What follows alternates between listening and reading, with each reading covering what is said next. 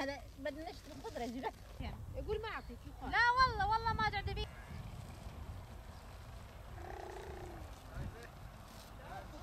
درب المعاش صعب.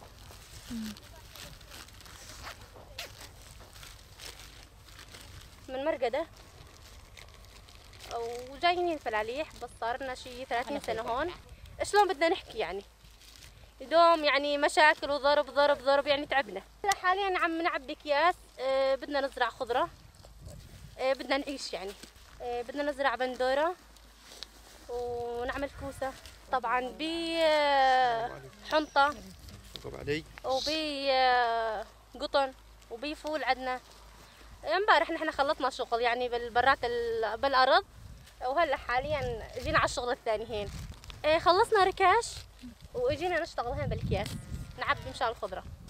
نحن فلاليح بيه على كيفنا يعني على كيفنا نطلع، بس طبعا نطلع من الصبح بدنا نخلص يعني حوالي 8 ساعات 7 ساعات. عم نطلع بدنا نخلص هي شغل برا بعد نرجع على البيت. شلون ما نتعب نتعب، ليش ما نتعب يعني؟ بس بنادم مو من حديد، بس اجباري. بدنا نعيش. شلون بدنا نعيش اذا ما نشتغل؟ اجباري ما نقدر نعيش. نحن 3 شباب و4 بنات. الحمد لله كلياتنا سوا وقلب واحد والحمد لله. نشتغل ونتعب وهيك. الواحد ياكل بس لما واحد ياكل لقمته بالحلال يعني ننسى التعب كله. اما انه على التعب وما منه لا نتعب والله قلاته ونفرط بنوب، بس اجباري بدنا نعيش يعني. هاي سنة الحياة نقاوم، بس الحمد لله صامدين. اي والله ايش بدنا نساوي؟ هاي الحياة. يعني القصف يعني اكيد برا يعني مرعوبين، بس شو بدنا نساوي؟ ايش طالع بايدنا؟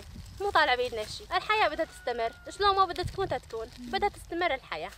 هنا لا بس نزلوا حوالينا دوم يعني الغذائف حوالينا.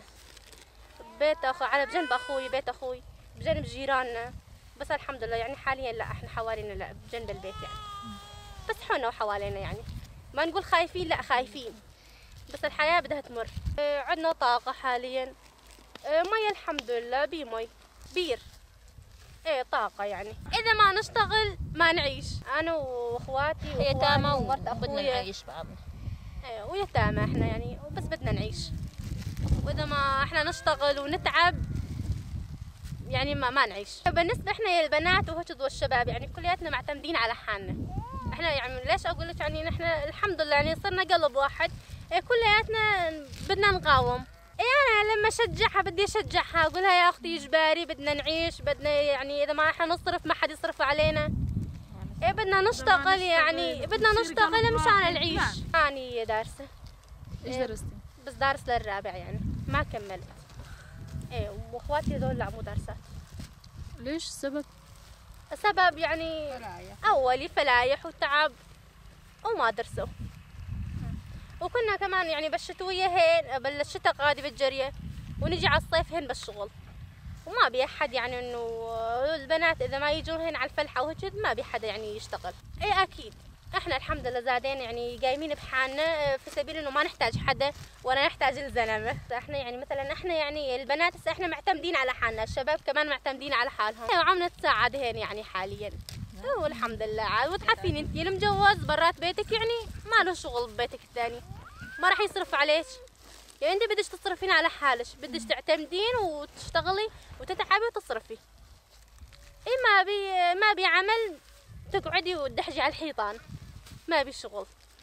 اما لما تكون بي عمل او هيك شغلات خلاص بدك تشتغلي تتعبي وتجيبي لقمتك بالحلال. انت تشتغلي واخوك يشتغلي، خلاص هاي معناتها مساواة. انتم متساويين اثنين ما بيكم عم تشتغلوا.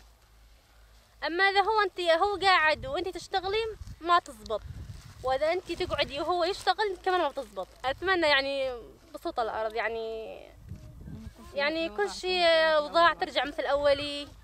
اتمنى الحياة تمر يعني انه كل شيء بهدوء.